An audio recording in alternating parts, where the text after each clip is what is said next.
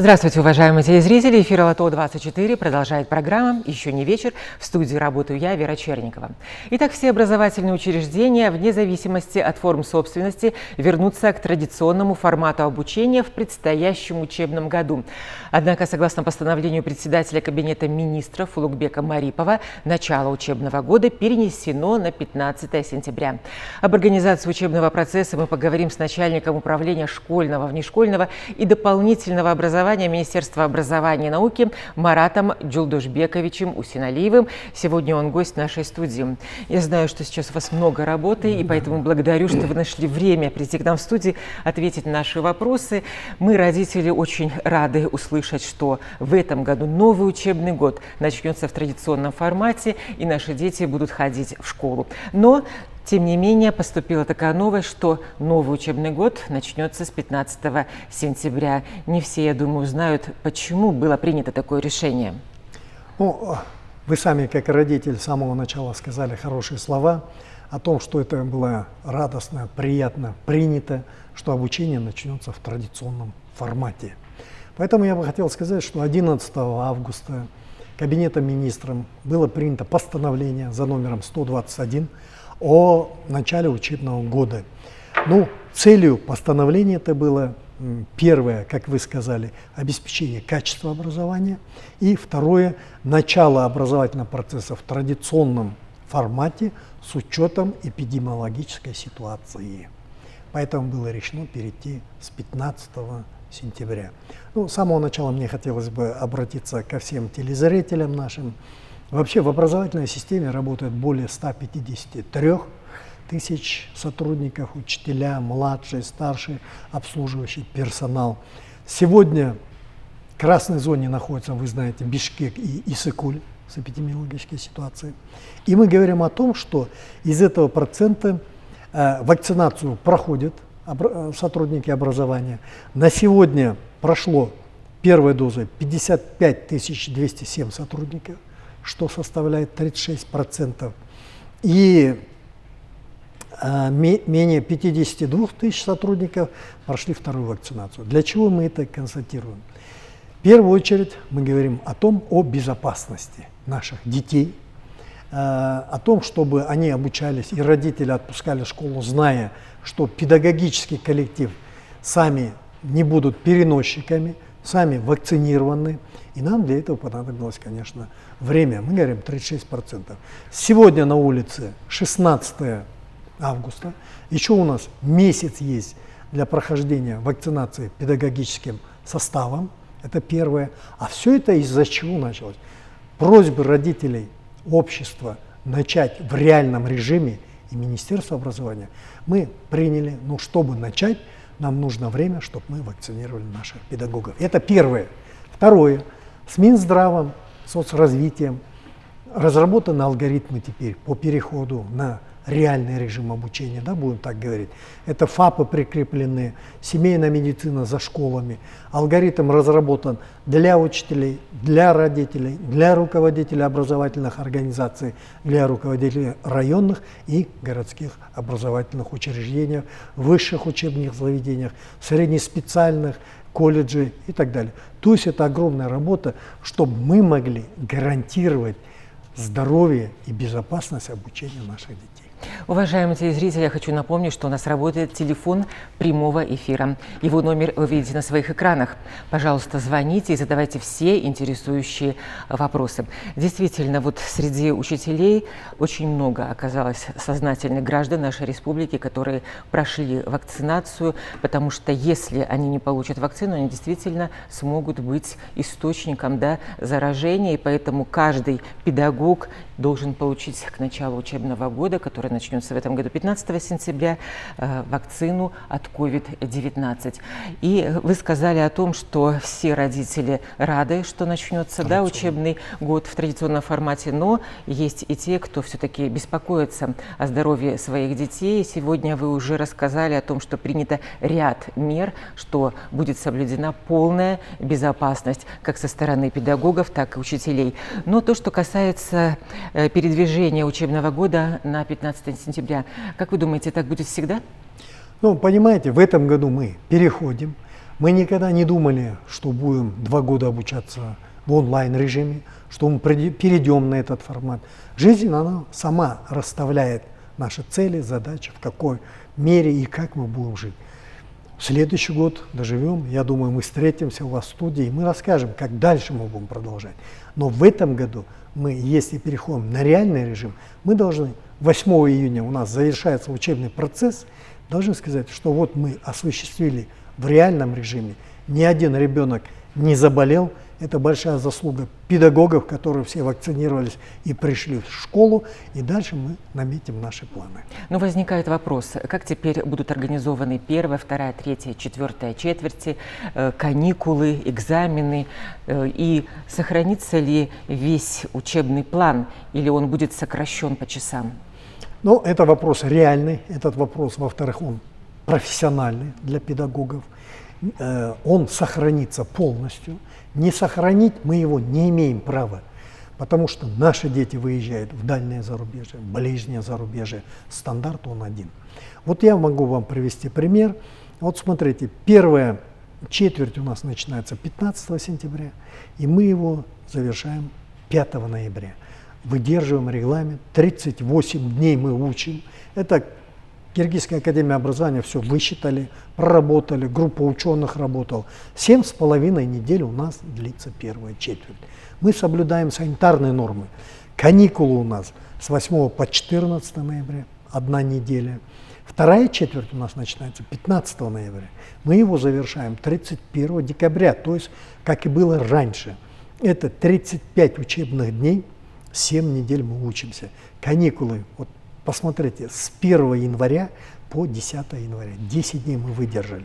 Третья четверть у нас начинается 11 января, мы завершаем его 18 марта, 47 учебных дней, 9,5 недель. И каникулы с 21 марта по 27 марта.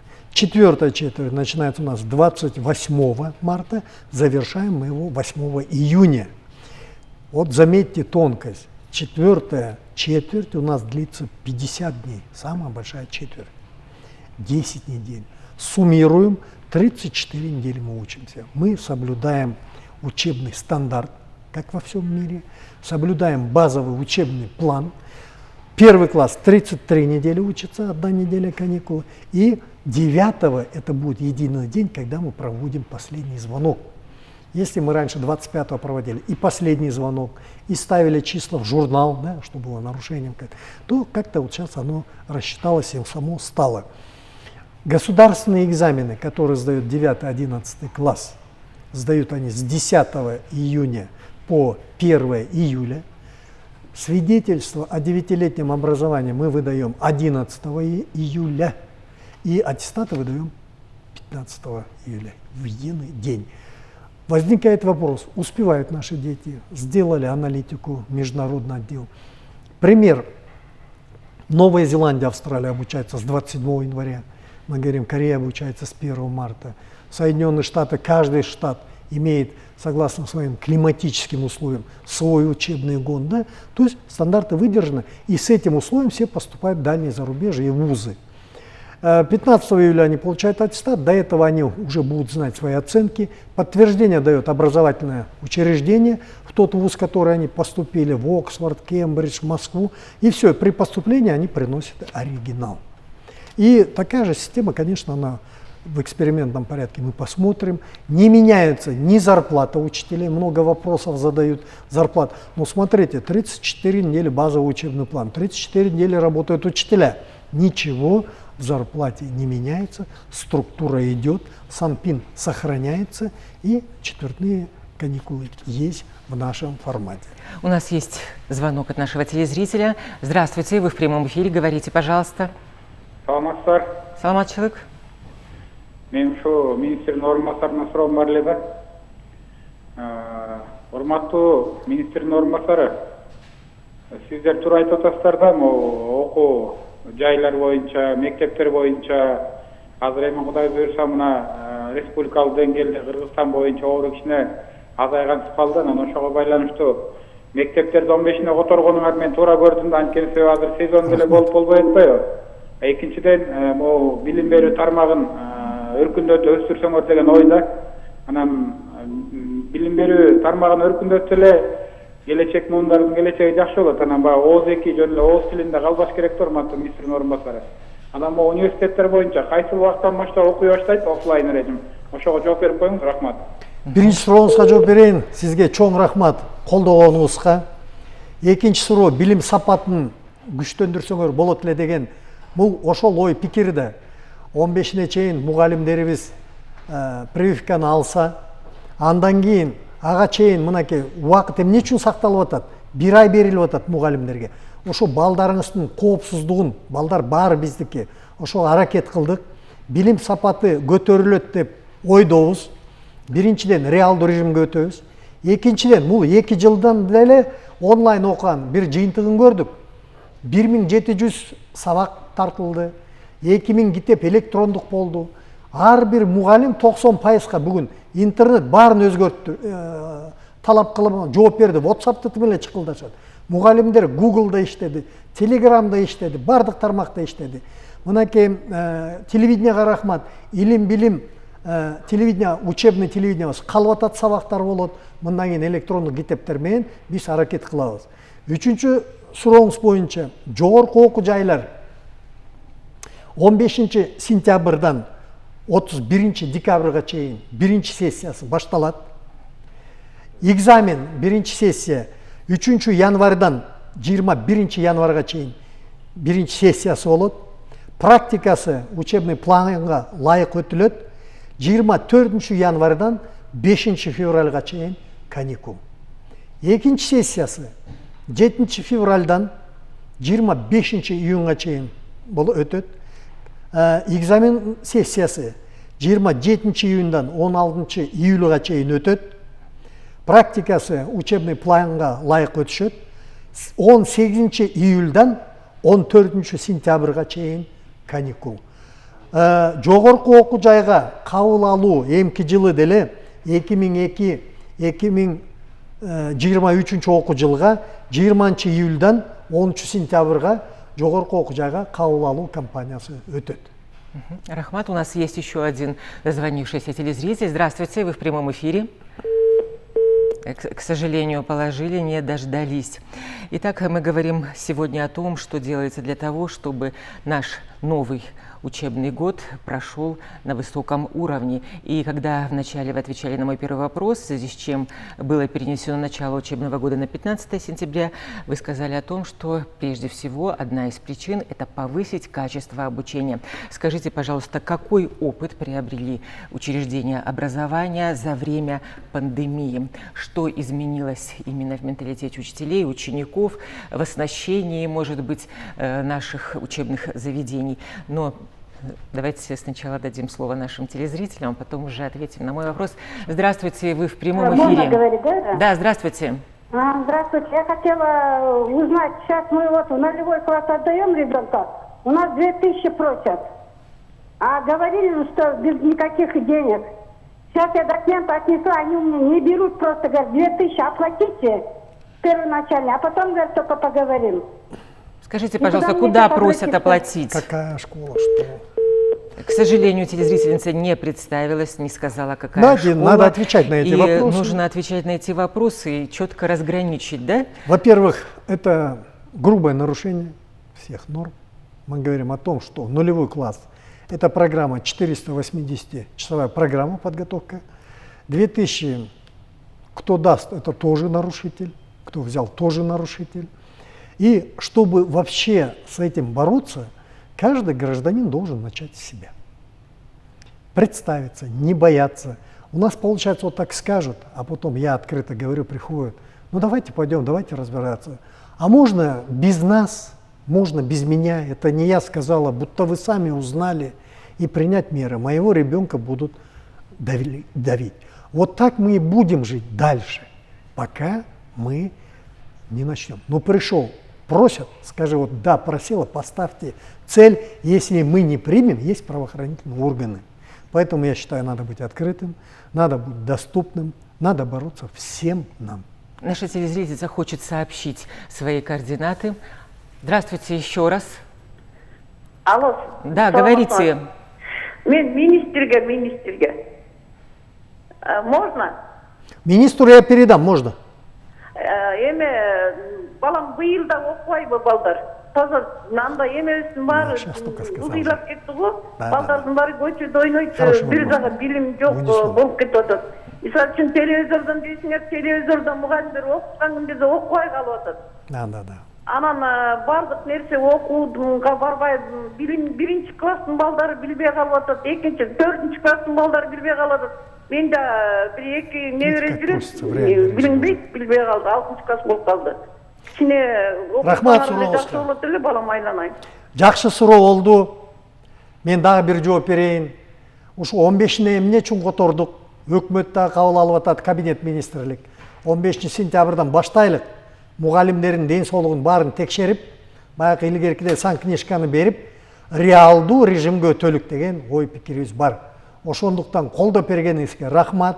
Сиздин сурооңузду быйыл кадымкыдөй мектепке барып окуйлук деген мыйзамды алдык, токтом жазылды. Бирок ошо аман эсен окутуш үчүн биздин астыбызда ушу мугалимдер вакцинация алып, ден соолугун чындап, балдарыбыз ооруп калбасын, саламаттык сактоо менен иштеп чыгдык алгоритмди. Ушуга биз ошого баратабыз. Сизге сүйүнчү катары ушу айтып кетелик дагы эми реалдуу түрдө быйыл баштагантабыз. То, что касается качества обучения и опыта, который вы извлекли из периода пандемии. Вообще вопрос хороший, он, понимаете, из любой ситуации надо выжимать положительные результаты. Есть такая пословица: нет худа без добра, да? Ну да, 2 года мы перешли, мы обучали, но какие были плюсы? Были плюсы, на что мы надеемся, что с 15-го начнем, у нас повысится качество образования. Первый плюс — это, я так реально могу сказать, что наши все педагоги, независимо от возраста, освоили на свободном уровне интернет, компьютер, Wi-Fi, перешли, научились работать, потому что надо же зарплату было получать из дому. Перешли на Classroom платформу, на Telegram перешли. То есть это было первое такое освоение. Второе, конечно, для того, чтобы довести учителя, мы отсняли 1700 уроков. И первый год, если были слабые, то последующие годы это были одни из сильных уроков. Четвертое, более 2000 книг мы перевели на электронный формат. Ведь есть школы, куда и интернеты не доходили. Ведь это такие Сарыджас возьмем, районы Джитогуза, Алая, Чоңалая. Здесь электронные книги пошли. Оснастили электронными библиотеками все районные, в районе одну школу, которая соответствовала стандартам. Это тоже огромное значение. Сделали повышение квалификации педагогам, обучение в системе онлайн-режима. Вот это тоже получилось доступность. Делали обратную связь. Это положительные чувства, и которые мы в этом году, то есть работу оставили. Телевидение будет транслироваться благодаря вам. Учебное телевидение это возобновили. Да? Отсняты уроки есть. Дополнительные электронные учебники есть. Учителя, если раньше мы говорили старшее поколение, среднее, младшее, владеет младшее, мы сегодня с гордостью заявляем, всеми инновационными технологиями владеют наши учителя. В любой момент можно задать вопрос. Да? Но о трудностях, говорит, и трудности были. Но положительный результат – это когда местные власти, мы должны и о них сказать, оказали содействие, помощь малоимущим семьям, приобретение телевизоров. Ведь урок шел в семье по 3 детей. Урок начинается, 1 телевизор, помогали. Мы знаем, все местные власти смартфонами обеспечивали. Мы хотели бы выразить благодарность, продолжить областные телевидения, которые дублировали эти уроки, понимаете? И вот теперь, если мы перейдем на реальный режим, и вот эта технология еще останется, мы эти 2 года по нашим предварительным меркам мы должны нагнать вот это качество образования. Тяжелой ситуации было много очень, конечно, в данной ситуации. У нас есть еще один звонок телезрителя. Здравствуйте. Говорите, пожалуйста. Здрасте. Я бы хотела узнать, вот школа где-то на Заре, да? Там позвонили моей дочери, сказали, что надо сделать прививку. ей 12 лет, она в 6 класс пойдет. Положена эта прививка или нет? Еще я бы хотела знать, у нас она с маленьких лет аллергия. У нее аллергические отеки квинта. Ей же не положена прививка, а в школу говорят, без прививки не приходить. Как вы на это скажете? Ну, вопрос он хороший, он актуальный на сегодня в реальной ситуации. Я не врач, конечно, но я бы сказал бы так. Во-первых, каждый ученик сдает справку форму 63. Как я знаю, если ребенок болеет, значит, вакцинация не подлежит до 6 месяцев. Врачи ответят, какая школа, мы дополнительно вам скажем. Ну, наша цель сегодня, чтобы в первую очередь вакцинировать наши учителя. Итак, вакцинация от COVID-19 не делается детям до 18 лет, Нет, а если речь идет о какой-то другой прививке, то там уже нужно обязательно проконсультироваться с врачом. Поэтому, уважаемая наша телезрительница, разберитесь, пожалуйста, какую прививку требуют от вашей 12-летней девочки. Итак, скажите, пожалуйста, вот для кого не секрет, что во время онлайн-обучения многие студенты не смогли продолжить учебу, потому что вот не доходил до регионов интернет, и вы сказали о том, что учителя продвинулись в освоении новых знаний, информационных технологий, теперь они могут свободно применять их, владеют ими. Но вот эта сфера, она прошла ли, сделала шаг-два вперед по обеспечению интернета в каждую школу, в каждое село? Есть у вас какие-то сведения? Да, вопрос он реальный. Сегодня мы говорим, прежде чем онлайн дал свои какие-то результаты, на хорошо, на 4, да, это первое, свободный доступ к интернету. Второе, это хорошая скорость интернета должна быть.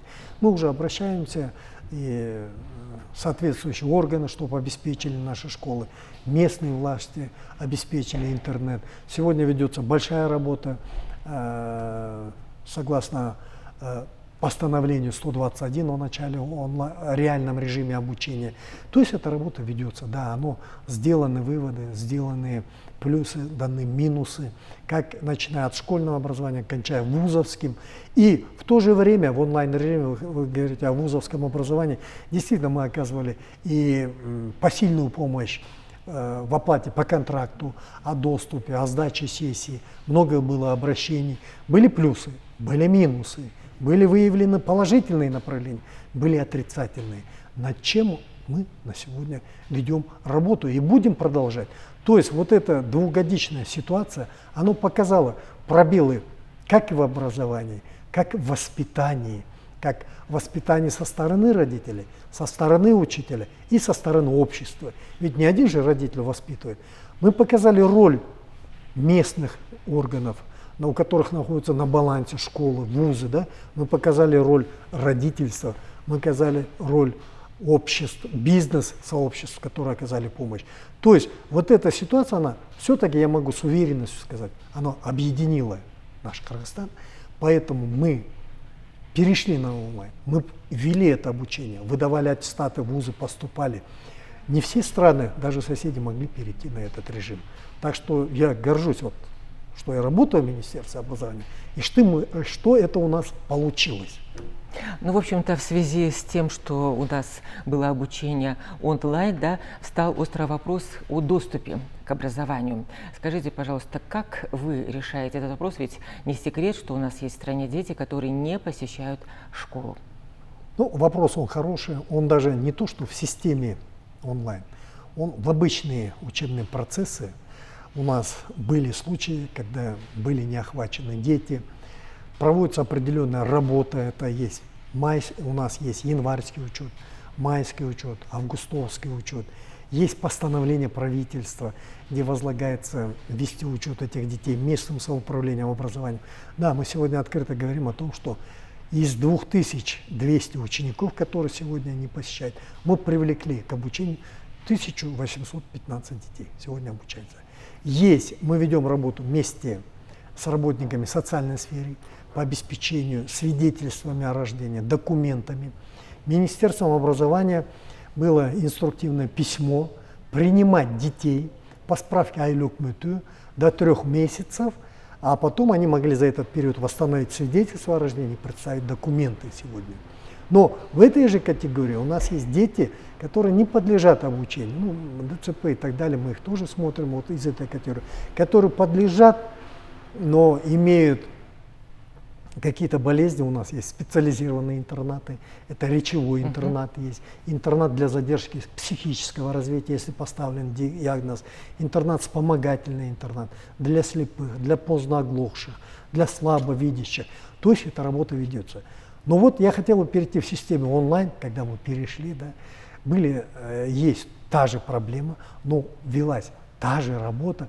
Но понимаете, вот в системе онлайн были комплексы психологические, это надо учитывать, родителей где-то водить, да? А в системе онлайн оно как-то сбавлялось. Дома они как-то подключались, дети обучались, у нас есть и такие примеры. Даже вот этот взять детский дом «Малютки», он у нас есть, Беловодский, от 0 до 6 лет содержит. Они говорят, и мы подключались к вот этими учебным процессам, когда это было 480, начальная школа.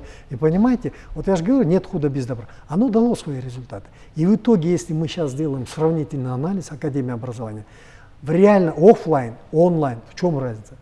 В офлайне с родителями надо работать, чтобы они перешли психологический барьер.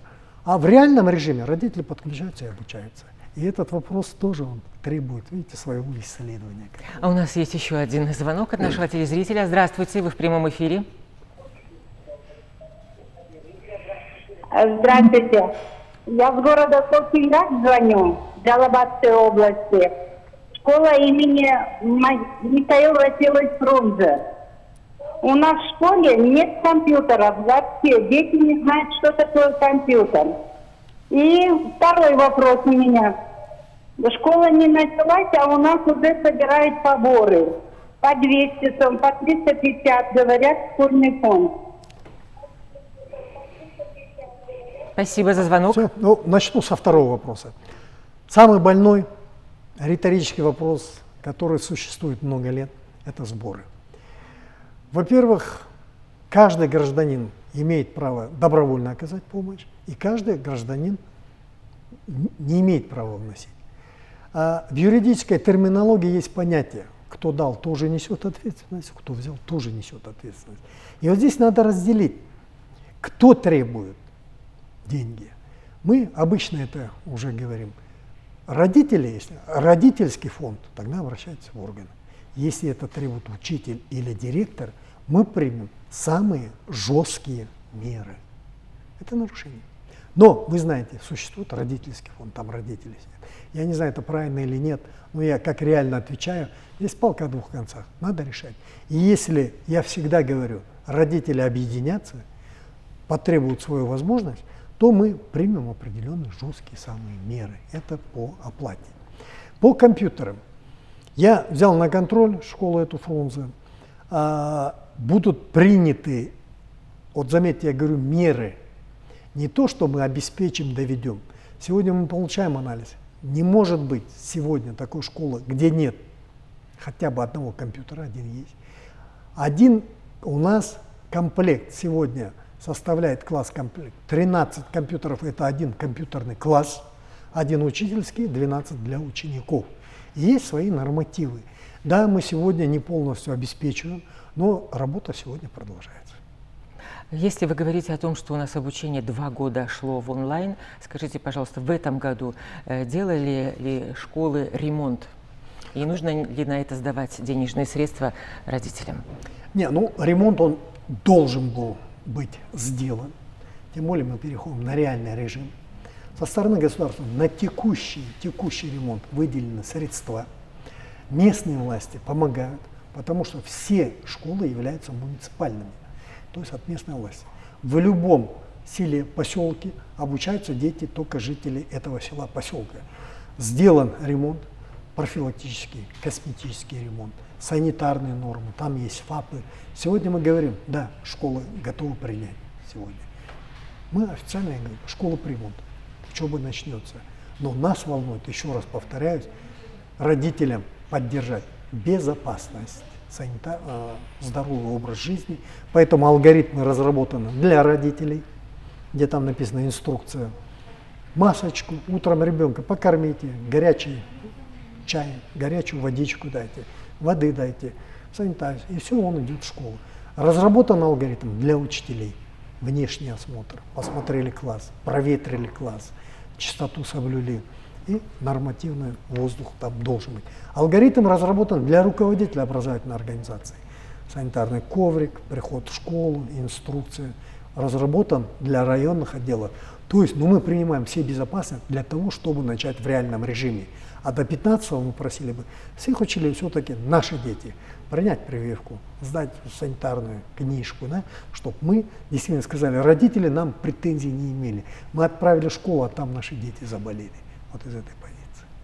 Начало учебного года для каждого в семье – это большое событие, причем радостное событие, потому что наши дети сядут за парты и будут получать знания. Большое спасибо за ваши компетентные ответы. Уважаемые телезрители, напоминаю, что мы беседовали с начальником управления школьного, внешкольного и дополнительного образования Министерства образования и науки Маратом Джулдушбековичем Усиналиевым. Оставайтесь на Лото 24. Всего доброго.